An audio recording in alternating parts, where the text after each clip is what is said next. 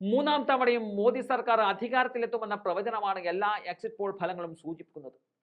തെരഞ്ഞെടുപ്പിന്റെ ആദ്യഘട്ടത്തിൽ B J P നേതാക്കൾ അവകാശപ്പെട്ട 400 സീറ്റിലേക്ക് എത്താൻ പക്ഷേ ബി ജെ പിക്ക് സാധിക്കില്ല എന്നും സർവേകൾ പറയുന്നുണ്ട്. അതേസമയം എൻ ഡി എ 350 സീറ്റുകൾ പിന്നിടുമെന്നതാണ് ചില സർവേകൾ സൂചിപ്പിക്കുന്നത്.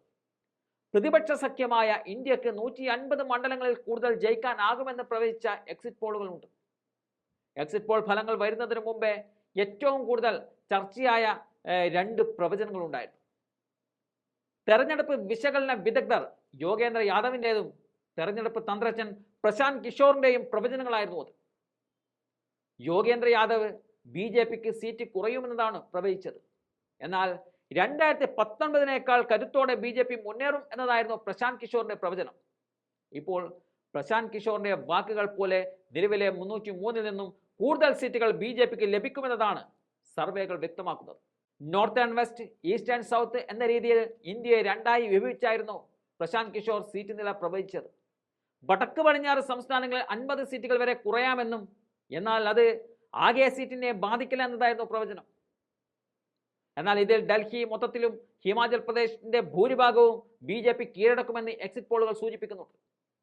കേരളത്തിൽ ബി ജെ പിക്ക് 2 സീറ്റ് ലഭിക്കുമെന്നും പ്രശാന്തിന്റെ പ്രവചനത്തിനൊപ്പമാണ് ഒട്ടുമിക്ക സർവേ ഫലങ്ങളും വന്നിരിക്കുന്നത്. ഇതുവരെ ലോക്സഭയിൽ അക്കൗണ്ട് തുറക്കാതെ എൻ ഡി എ 1 മുതൽ 3 സീറ്റുകൾ വരെ നേടുമെന്നതാണ് എക്സിറ്റ് പോൾ ഫലങ്ങൾ പറയുന്നത്.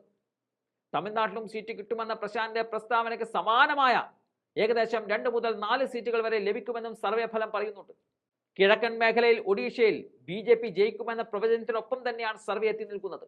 അതേസമയം ഇപ്പോഴുള്ളതിൽ നിന്നും 50ഓളം സീറ്റുകൾ കുറയുമെന്നും യോഗേന്ദ്ര യാദവിന്റെ പ്രവചനങ്ങൾ തെറ്റുമോ എന്ന സംശയമാണ് സർവേ ഫലം മുന്നോട്ട് വെക്കുന്നത്. ബീഹാറിൽ 17ൽ 5 സീറ്റുകൾ കുറയുമെന്നതായിരുന്നു പ്രവചനമെങ്കിൽ ഏകദേശം 13 മുതൽ 15 വരെ സീറ്റുകൾ ബി ജെ പി നിലനിർത്തുമെന്നും പ്രവചനത്തിൽ വന്നിട്ടുണ്ട്. ഹരിയാനയിൽ 10ൽ 6 വരെ സീറ്റുകളും അതുപോലെ രാജസ്ഥാനിൽ 8 സീറ്റും കർണാടകയിൽ 12 സീറ്റ് കുറയുമെന്നതായിരുന്നു പ്രവചനം.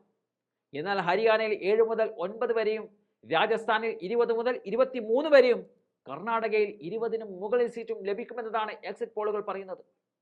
ഗുജറാത്ത്, മധ്യപ്രദേശ്, ഛത്തീസ്ഗഡ്, ജാർഖണ്ഡ് എന്നീ സംസ്ഥാനങ്ങളിലും സീറ്റ് കുറയുമെന്നതാണ് പ്രവചിച്ചതെങ്കിൽ ഗുജറാത്ത് മുഴുവനായും ബി ജെ പി നേടുമെന്നതാണ് എക്സിറ്റ് പോളുകൾ സൂചിപ്പിക്കുന്നത്. സമാനമായ രീതിയിൽ മധ്യപ്രദേശിൽ കഴിഞ്ഞ വർഷത്തെ 9 സീറ്റിൽ നിന്നും ഏകദേശം 11 സീറ്റുകൾ കിട്ടുമെന്നതാണ് സർവേ പ്രവചിക്കുന്നത്. ജാർഖണ്ഡിൽ 1 സീറ്റിന്റെ കുറവാണ് സൂചിപ്പിക്കുന്നത്. ഉത്തർപ്രദേശിൽ 64ൽ നിന്നും 50ലേക്ക് ചുരുങ്ങുമെന്നതായിരുന്നു സൂചനയെങ്കിൽ 68ന് മുകളിൽ സീറ്റുകളാണ് എല്ലാ സർവേകളും പ്രവചിക്കുന്നത്. ഉത്തർപ്രദേശിലെ 1000ഓളം കിലോമീറ്റർ സഞ്ചരിച്ചാണ് യോഗേഷ് കണക്കുകൾ അവതരിപ്പിച്ചതെങ്കിലും സർവേകളിൽ ഈ ഒരു വിലയിരുത്തലുകളല്ല ഇപ്പോൾ പുറത്തു വന്നിരിക്കുന്നത്. എന്തായാലും എക്സിറ്റ് പോളുകൾ മാത്രമാണ് പുറത്തു വന്നിരിക്കുന്നത്. ആരുടെ സർവേകൾ വിജയിക്കുമെന്നത് 48 മണിക്കൂറിനുള്ളിൽ നമുക്ക് വ്യക്തമാകും.